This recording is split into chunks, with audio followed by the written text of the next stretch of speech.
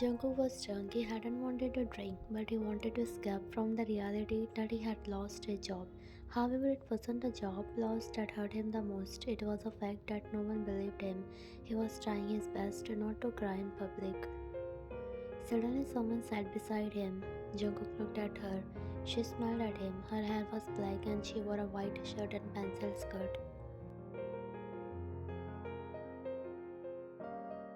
Hey handsome, I'm Sora, she said. Her voice was slurred. Jungkook didn't say anything to her. Are you scared like me? She asked, leaning towards him. Jungkook moved back slightly, her hand resting on his shoulder. Yes, I'm why, he asked innocently, looking at her face as she smiled at him. Great handsome, we can solve our stress together, Sora said, giggling. Jungkook in his drunk state didn't understand what she meant. I didn't get a job today either, she sighed. My interview went terrible. What about you? Why are you stressed? I lost my job, he hiccuped, but what hurts most is that no one believes me. He recalled how his boss wife had tried to him in his cabin.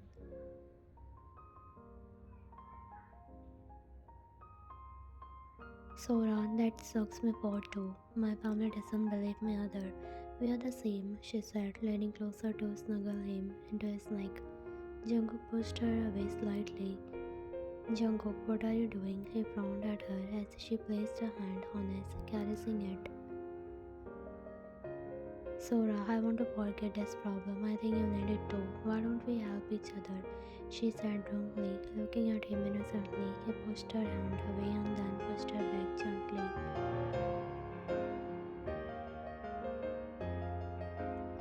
Jungkook, no, I don't want that. Only my wife can help me. Look, Sora looked confused.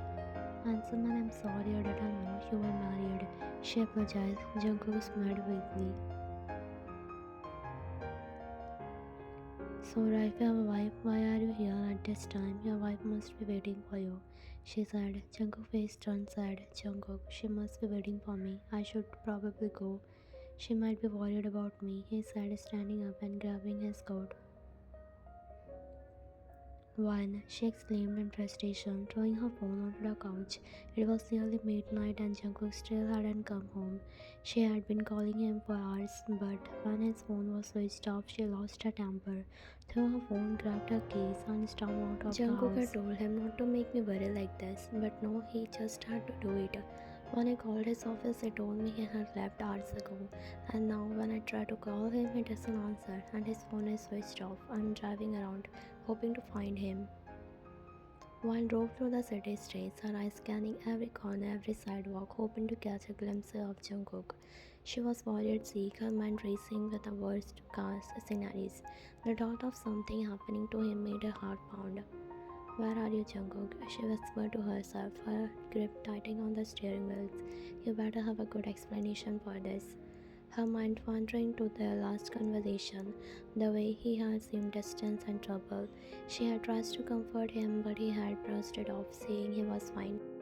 Now she wished she had pushed harder and insisted on talking it out. One, I should have been there for you, she said, her voice breaking slightly. But I am here now. I won't stop until I found you. Jungkook was heavily drunk, unable to walk straight. After leaving he sat down on a chair near a tree. Snow was falling heavily, covering his white shirt. Despite the freezing cold, he remained seated on a chair. The night had grown late and the stairs were empty. He sat alone, lost in his thought.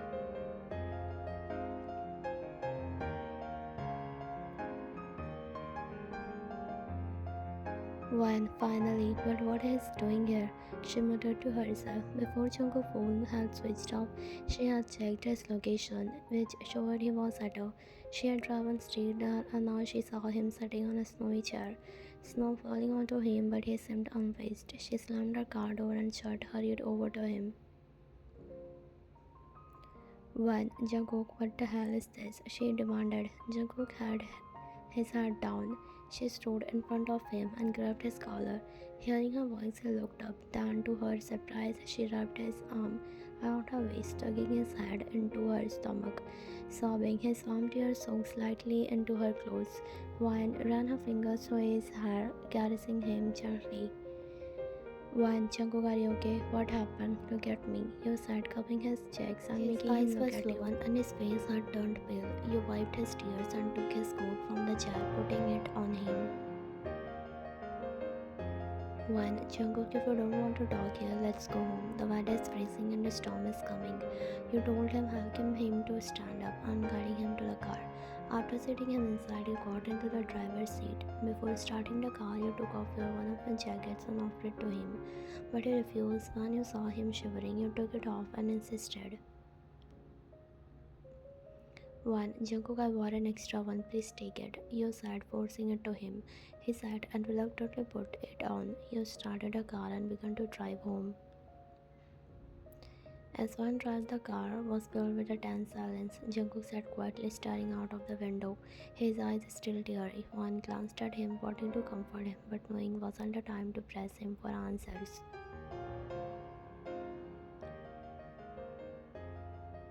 Well, Jungkook, if you don't want to talk about it now, that's okay, she said gently. We can talk tomorrow, just know that I'm here for you. Jungkook didn't respond but gave a slight nod, appreciating her understanding. One focused on the road, her mind racing with concern for him. She hated seeing him like this, but knew that pressuring him. Once they arrived home, Wan helped Jungkook out of the car and supported him as they walked inside. He could barely stand properly, heavily and stumbling with each step. She guided him into the living room and sat him down on the couch. Wine, stay here, I will make you something to eat, she said, heading to his favorite soup, hoping it would help him sober up and provide some comfort. As the soup simmered, she returned to Jungkook, who was still sitting, his head resting on the couch, eyes closed. Wine, Jungkook, I made you soup, she said softly, helping him to sit up and bringing the bowl to him. She fed him carefully, making sure he ate slowly. After finishing the soup and held him to the bedroom, Jungkook struggled to stay on his bed, but he listened to her as she tried to change his clothes. He felt guilty and ashamed for breaking his promise to her.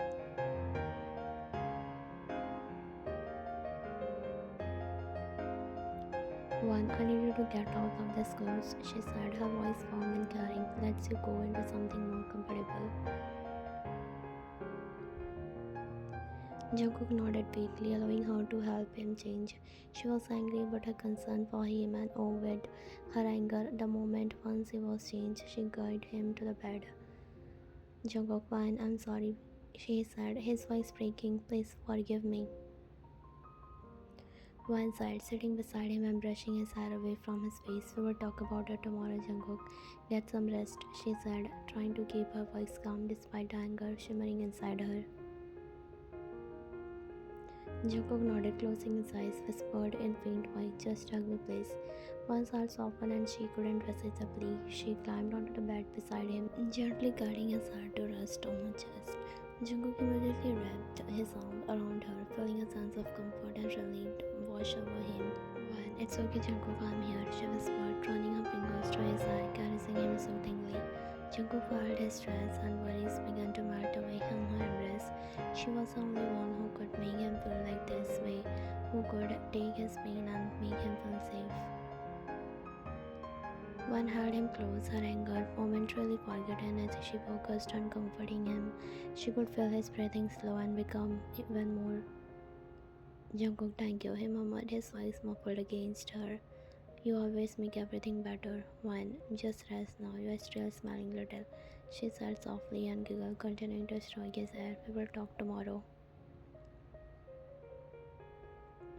With one sorting touch and presence, Jungkook felt a sense of happiness and peace. He knew he had a lot to make up for, but for now he allowed himself to be comfortable by the one person who could truly ease his pain.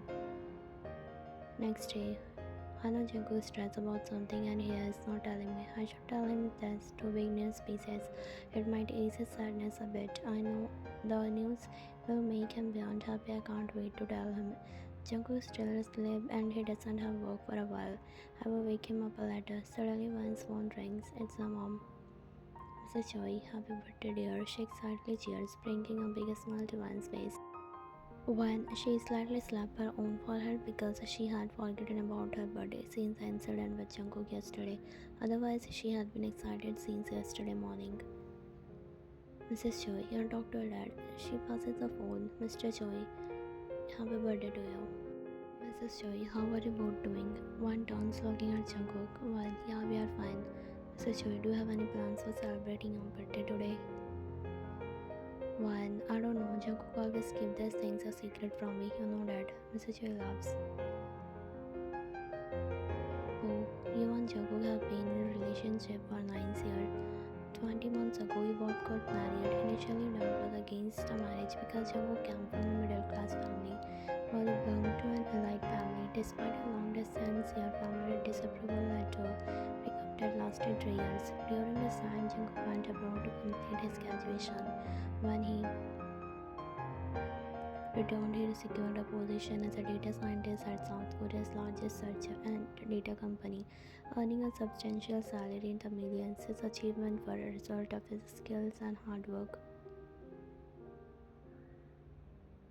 After reconnecting, Ivan Jungkook reclined your relationship and both got married a year ago. One and your dad has no objection to Jungkook because he is a successful millionaire. Upon her dad insisted, Jungkook bought a flat in a luxury residential area because her dad didn't want his daughter living in just any place. Jungkook happily agreed and purchased a very luxurious apartment where you both have been living for past 20 months. Even though the bills are quite high, you and Jungkook managed them well. You have a strong desire to work, though initially Jungkook was against it. He said he was earning enough money to support a happy household. However, you told him that you didn't want to waste your precious degree. You had dreams of achieving something, just like your friends who work in a big companies, and you had even better skills and that he did. Jungkook find happiness in happiness, so he eventually agreed. Mr. Choi tells Jeon to take you to Besana, a luxurious restaurant in Seoul serving a contemporary Korean cuisine. Just then Mrs. Choi interrupts. No, tell him to take him to Myeongdong. It's my favorite place. It's an upscale shopping district in Seoul with high-end boutiques and trendy restaurants. Your eyes widen. You don't want to go there. It's not that Jungkook would refuse. He would happily take you, but you just don't want to go. You want to save up because a new member is joining your family soon. Why, no, I don't want to go either of these places. I want to celebrate my birthday with only my special man. Jeon Jungkook, she tries her best to not sound angry. Mrs. Choi, but why, no, I don't enjoy this place. For the past 24 years, I have celebrated my birthday in such places or a grand hotel, but I don't want to do that this time.